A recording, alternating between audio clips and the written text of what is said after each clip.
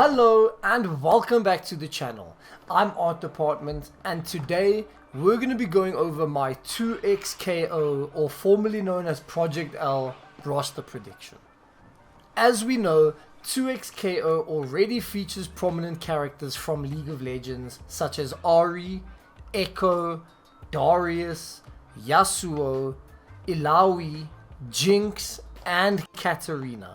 But today, we're going to be going over the 7 remaining roster slots and who we think is going to make it into the final base roster. Before we do continue, be sure to smash the like button and sub to the channel, as it really does help push the video within the algorithm. Also, when you're done with that, be sure to comment below who you want to see in Project L or who you think is going to make it, even if you don't want them to be in the game. Now this might seem like the obvious choice, but that's because it is. In the League of Legends lore, Sett literally runs an underground fight club and his ultimate is a massive grapple, which the game doesn't actually have a typical grappler yet, so I think he would be a great first addition. Firstly, Sett has a specific mechanic called grit, and he has a grit bar which once it starts to reach 90%, he becomes powered up and his attacks as well as his special moves do big damage. This would make him pretty unique and a very good comeback character, and I think that would be awesome. The lower his life is, the more damage he does, and once he gets down to like 20% HP, he can do some big boy damage. On top of this, Sett could have a super unique ability coming straight from his E in League of Legends. Where in League of Legends, he can pull 2 characters, whether it's a champion or a minion or a creep, that are on either side of him together for him to be able to do some sick damage to them.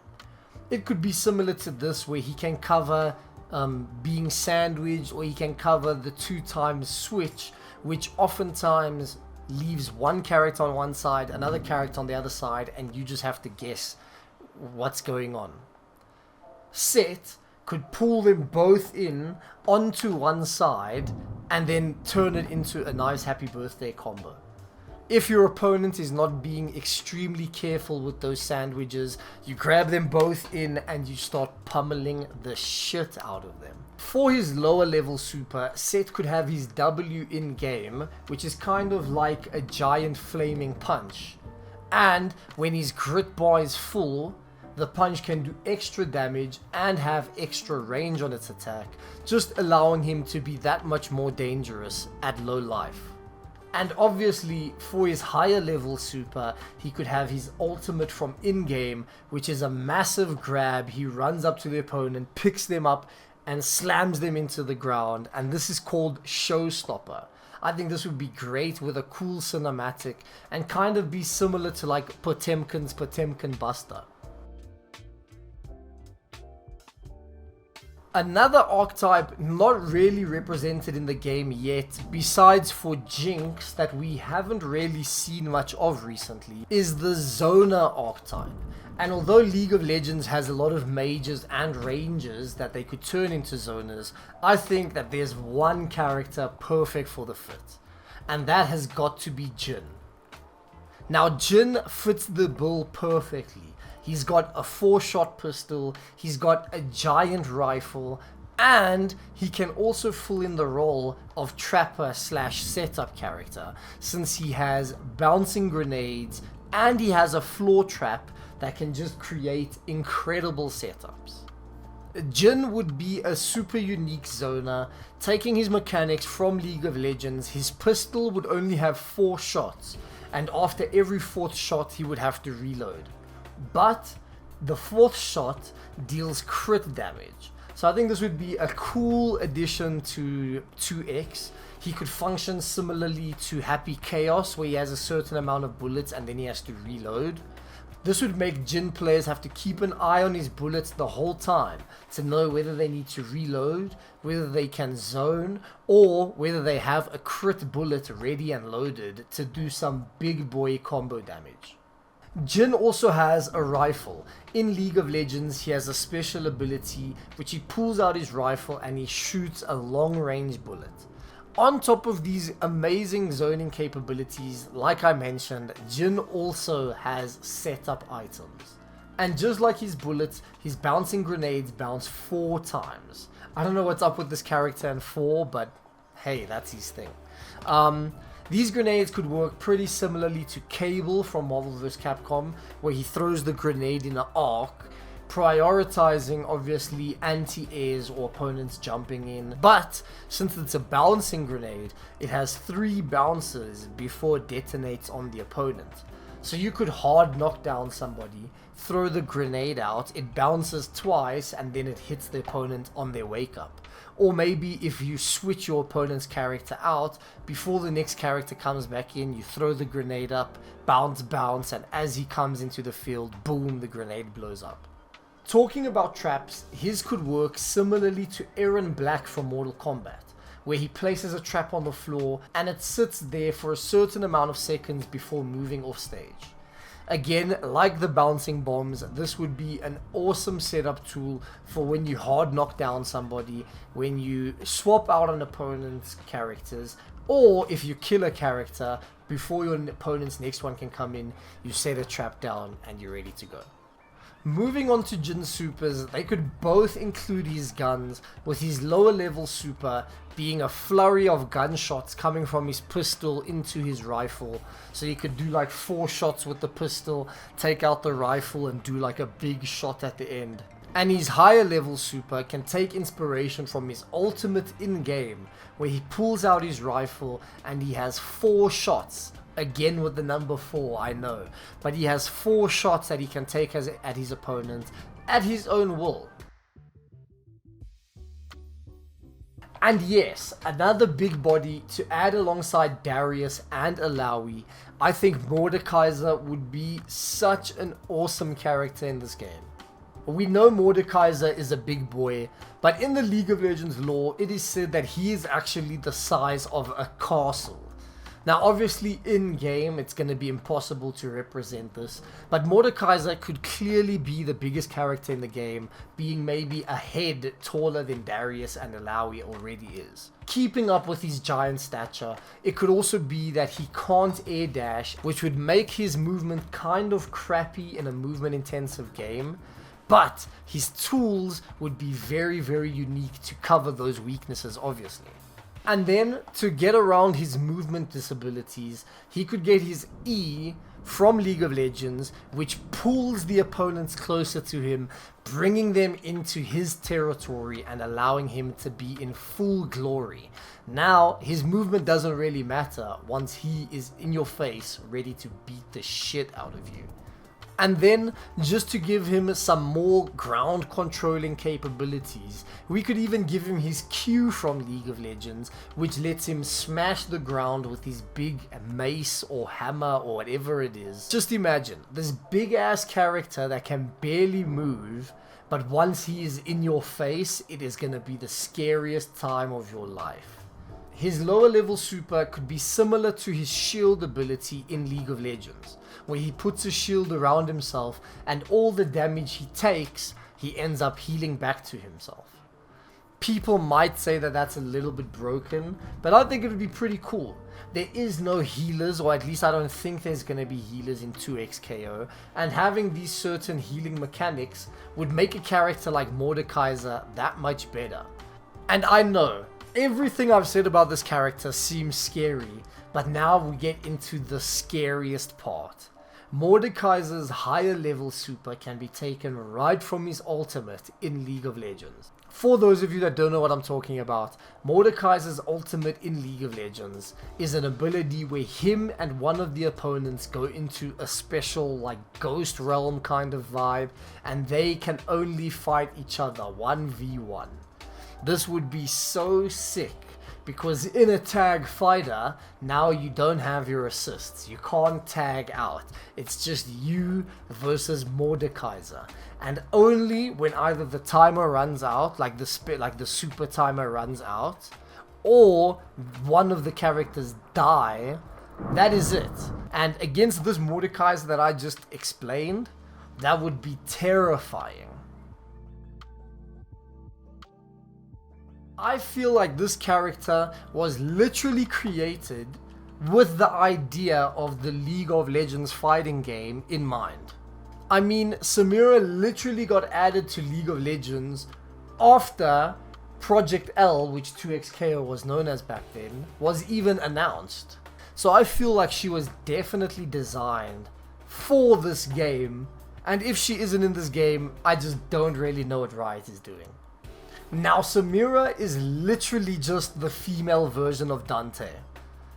If any of you play Marvel vs. Capcom, you guys know that Dante is an awesome character in a fighting game. And I mean, even in Devil May Cry, the combos that he can do are so sick. So I feel, again, that this character has to be in the game, and if she's not, Riot, what are you doing? Now, Samira's passive is literally the combo system from Devil May Cry. E all the way up to S, and you can only level up your combo by doing a different attack than the one before. So no 2L, 2L, 2L spam to try and upgrade your levels. And once she reaches level S, she can unlock more normals as well as get extra damage onto her higher level super. She'll also be able to attack from full screen and from close up with her gun and sword respectively, allowing her to control the game from anywhere. Samira could have a special ability similarly to her W in League of Legends, where she spins around with her sword, attacking both sides, dealing with sandwich mix or left-right mix, as well as destroying projectiles. And another special she could have is her E from League of Legends, which is a special ability that allows her to dash through her opponents, as well as attack and use special abilities while dashing.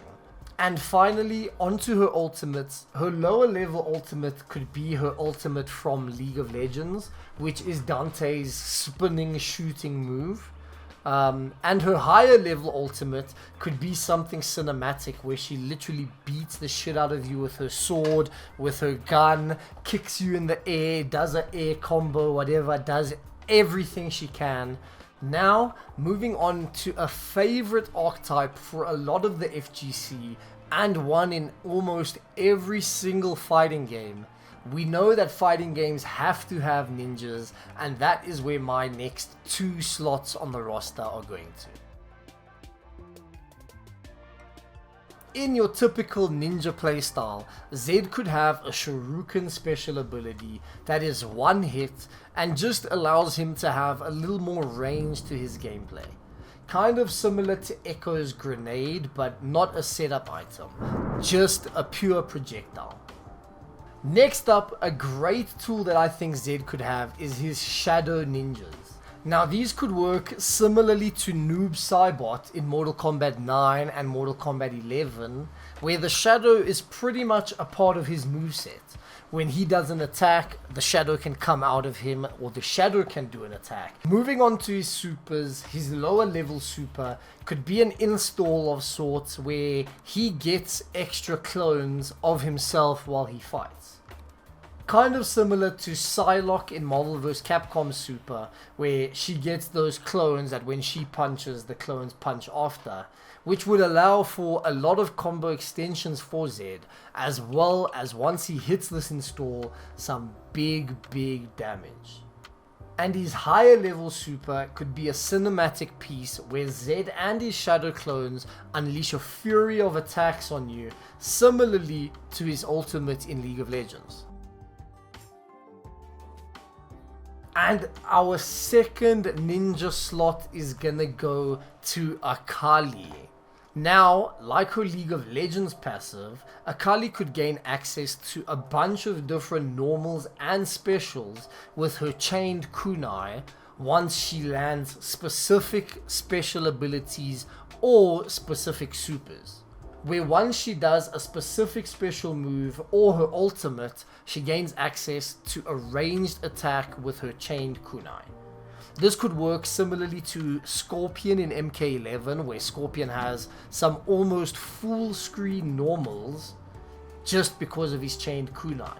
So it could work similarly with Akali, where once you use a specific special move in a certain way, then you gain access to these special moves that give her extra range, extra normals, extra specials, and that would be pretty sick. In League of Legends, she has both a kunai throw and a shuriken toss. So I don't know if she would keep both of them in 2x KO, but I think they would both be amazing tools. The kunai could work similarly to Ibuki, where she can throw a kunai diagonally or she can throw a kunai straight. Again, coming straight out of the game, her lower level super, I'm not too sure how they could make this work, but it could be her smoke bomb from League of Legends. It could last maybe only 3 to 5 seconds, but it would be super cool to spend 1 bar, throw a smoke bomb on the floor, and it gives you access to being able to do anything that your opponent can't see. Now imagine you kill a character, before the next character comes out, you level 1, she throws the smoke bomb down, your opponent can't see what's cooking. When they land from their next character coming onto screen, they have to blindly guess, and if they guess wrong, they're gonna take massive damage. And as I mentioned earlier, she does have a shuriken, so that could be something to do with her higher level super, where in League of Legends, the character that she hits with her kunai, she can then press the input again and leap towards that character, no matter where they are. So it could work similarly to this, where once you land your level 3 super, it marks the character. You can input the super input again, and Akali will leap to the character even if they are completely on the other side of the screen. And my final pick for the roster, the Ghost Man Yone, or Yone, it depends on how you say it. Now I think he would be an awesome addition, seeing as he's Yasuo's brother. And Yasuo has been dominating the early builds of 2x KO. I feel like having his brother in the game to be a counter to him would also be incredibly amazing. Honestly, Riot cannot leave the dual sword wielding master out of this game. One of his special abilities could be his Q from League of Legends, where it gives him a poke special, and once he hits that poke special twice in a row, he gains access to a new special ability which allows him to dash through the opponent on hit, launching them into the air for an air combo conversion, and on block just keeping it as Yone's turn and allowing him to keep up his pressure. Taking his W from League of Legends, Yone could have a massive swing of his swords, kind of similarly to what we see Nagori Yuki having Guilty Gear Strive. Once he takes off the mask, he can do that super that like almost hits full screen. Next up, let's go to his supers. Yone's lower level super could be his ghost form from League of Legends. Now this would make him super unique again, kind of like Mordekaiser, because his level 1 super would give him an extra chance to survive. In League of Legends, Yone's ghost form allows him to not die. And like in League of Legends, when he dies or when the timer runs out, Yone exits the spirit form and returns to his original position in his body where the move was casted. Again, this would allow Yone to have an extra life, letting players be extra ballsy, not as cautious, but the downside would be that if you get killed or if you run out of time, your spirit goes back to your body and then you open a few seconds for a punish. So if your opponent knows how long the super is going to take, he runs all the way to where your body is while you're busy in your recovery stage, he could get a full combo punish. Just like League of Legends, this would make the spirit form a very strong move, but also make it pretty risky and make the player have to think about where they want to activate the ghost. Are they going to be ballsy and activate it right in your face, or are they going to do it from full screen and try take advantage of the gap between the body and the spirit? That would be up to the player, but I think it would make him super unique. And his higher level super could be a cinematic piece where he slashes the opponent with his 2 swords and then dashes through them leaving in a big damage combo ender, kind of similarly to Ghost Blade from DNF Duel, which I think would be so sick. And like I said, it would be a cool combo ender. You hit them into a juggle, level 3 super, choo choo choo choo choo choo choo choo choo, big boy damage.